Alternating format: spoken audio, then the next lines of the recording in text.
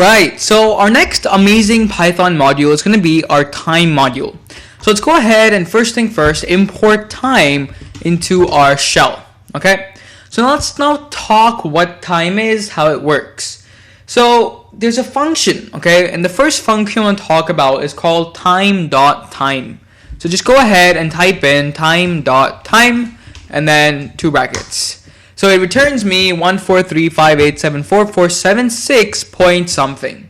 And all this is it's showing me the number of seconds that have passed since January 1st, 1970 at, what would you say, 0 a.m. So as soon as the new year started on 1970, that's the number of seconds have passed since then, okay? So you're probably wondering, well, what do we do with this information? I mean, time, not time. Yay, that's fantastic. But how does that help me? Okay? So think about it like this. Let's say I had a number, or I'm sorry, not a number, a program. And I wanted to find out how long this program is taking me.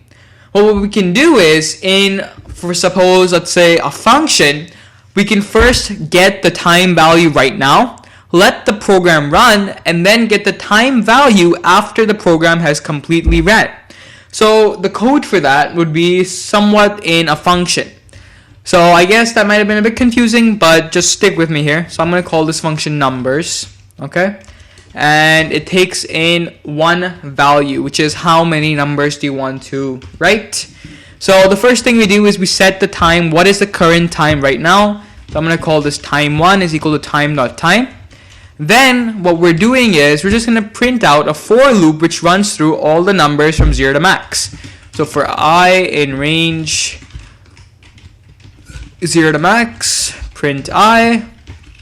And then as soon as that's done, I want to know what time 2 is. Alright, so think about it like this. Let's say we ran this function. What would happen? Time 1 would get maybe 1,400,3857, or let's say this was at 0, okay? Time 1 would get 0, then after this whole program ran, maybe time 2 will get 15, okay? So then we can get the actual time by subtracting time 2 minus time 1. So print out string of time 2 minus time 1, okay? That looks good. Let's go ahead and call numbers and take a look at what happens. So I want to print out the first 100 numbers. What happens? Alright, it's running. Ta-da! So based on my data, it says that it's taken 3.4 seconds to run this entire program. Now let's go ahead and try this out with maybe 300 numbers. Numbers 300. Alright, so let it run. This might take some time, so we will wait. Alright, almost there. Cool. So as you can see, it's now taken 10 seconds. So this is a very nifty function that you can check to see how long is your program taking. The basic concept is you know what the time is right now. And you know that in 10 seconds or in 20 seconds, the time will be 20 seconds more than the time is right now. So what you can do is get the time right now, let the program run, and then get the time after the program is run. So by doing that and subtracting the new one from the old one, you can get how long the program is run. Awesome. So this is our first function in our time module. Now the second function that we want to talk about is called the askTime function. So the function askTime takes a date as a tuple and converts it into something more readable. Okay? So let's go ahead and take a look at what it does. If I call time.askTime, okay, what happens? You get Thursday, July 2nd, 15/5/4/2015. Pretty neat, right? So using this function, what you can do is you can create your own dates, or you can get what's the current date right now. Okay. Now you can also call this time.askTime with a parameter. Suppose you want to get this format of a date, right? The way you can do that is by passing a tuple through askTime, okay? And the tuple that we need to create will be on the basis of year, month, day, hours, minutes, seconds, day of the week, and day of the, there's one more parameter actually, day of the year, I believe. and then daylight savings time as well. So it's a bit complicated, but let's go ahead and take a look at it. So time.asTime, all it does is it gives us the current date. Now let's say you wanted this format, but with different values, okay? So that's what I'm trying to show you over here. So create a tuple, let's call it top, and go ahead and enter the following values. So the first three is the basic ones, year, month, and day. So the current year is 2015. Let's say we're talking about April, so that's month 4, and the day, let's do 5th. Actually, no, let's do my birthday. So 2010, 15, okay?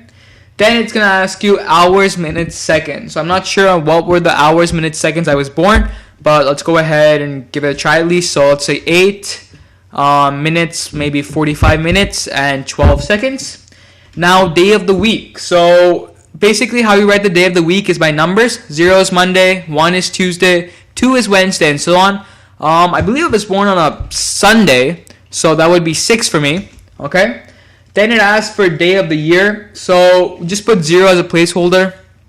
Nothing much to that. And then last but not least, it checks to see is there daylight savings time or not. So 0 if it isn't, 1 if it is. I believe there was no daylight savings time when I was born. So let's go ahead and do this. Now all we have to do is call our tuple using the askTime function. So time.askTime top, and you get Sunday, October 15th, 8:45:12, 2000. So this is pretty neat, okay? The askTime function basically does two things. Either it returns you the current date right now, or you can get the date and the time by passing in some few numbers, okay? Again, very neat function. If ever you want the date printed out like this on the console or somewhere, you can always use this time.askTime function. Awesome. So let's go ahead and talk about one last function. Now, this function is called the local time function, and it returns the current date and time as an object. And the value is in roughly the same order as askTime. However, if you print it, you'll get it class-wise, month-wise, stuff like that. So, take a look at this. I'm going to go ahead and call this function time.localTime, okay? And it gives me time.struct_time, TM year 2015, TM month 7, TM day 2, hour 15, minute 8, seconds 19, and so on, all right? And this is probably a little bit confusing to you. I mean, how do we access these values? How does it work? Well, what we can do is go ahead and set time.localTime to a new variable. I'm going to say time.localTime is equal to t, okay? And now what we can do is we can now set variables of this, okay? So again, a little bit confusing, I agree, but stick with me here. Let's say I wanted to get the year of today. The way I can do that is by saying year is equal to t0, okay? Let's say I wanted the day. So right now, as you can see, our first value is 2015, then the month, then the day.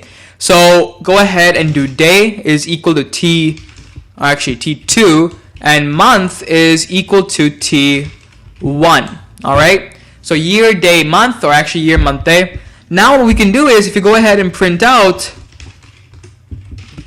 year, day, and month, you can now access those values. For example, if you were creating a Python application where you wanted the date to be displayed up top, instead of doing this whole Sun, October 15th, 8:45:12, 2000, if you just wanted to get their date, right, what you can do is you can call the time.localTime function, get the year, day, month values, and then do whatever you want. You can just show the year, just show the day, show everything. You can maybe show it properly like this. You can say print, how does it work? It's what, day, month, year, I guess. I believe, I'm not sure. So day plus the slash plus the month plus the slash, right?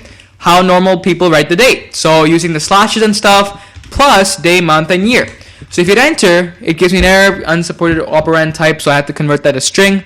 My bad. Let me go ahead and do that. So str, this whole thing. Nope, unsupported operand type, so I have to do it individually. My bad, guys. So over here, remove this, remove that, convert str day, str month, and str year. And by doing so, what you'll notice is we'll now get our date in that normal function or that normal way that everyone writes, 2/7/2015. So there's many different ways to get the date, to get the time of the user. If you want to display it using your own special way, you're going to use the time.local time, access the values in it, and then display the date however you want. If you want it in the normal Python way, which is this sort of way, just call the time.asktime, and that'll return you the current date of the user today. Then we also talked about the time.time way up over here, which basically returns you the number of seconds since 1970 January 1st. Awesome. So we've talked a lot about the time module, and I think that's enough for, a long time. But before we go, there's, I think, one last function you should probably know. You're probably bored of time by now, but one last thing, and that's called the sleep function.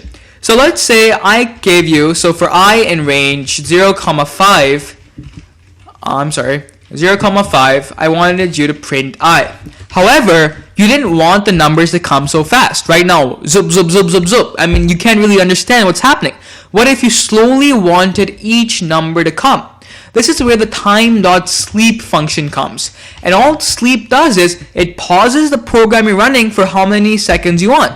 Let's say I wanted it every second. So 0, 1, 2. You can see how it slowed down the program and made it easier for us to understand. So again, time.sleep is a very, very interesting function. And when we get onto animations and more graphical interface objects, this is where the time.sleep comes really handy. Awesome. So I'm now done with the time module. If you have any questions on how things work, why is it 1970? I'm actually not sure about that. But if you have any questions, definitely get back to me on the forums, and I'll see you in the next lecture.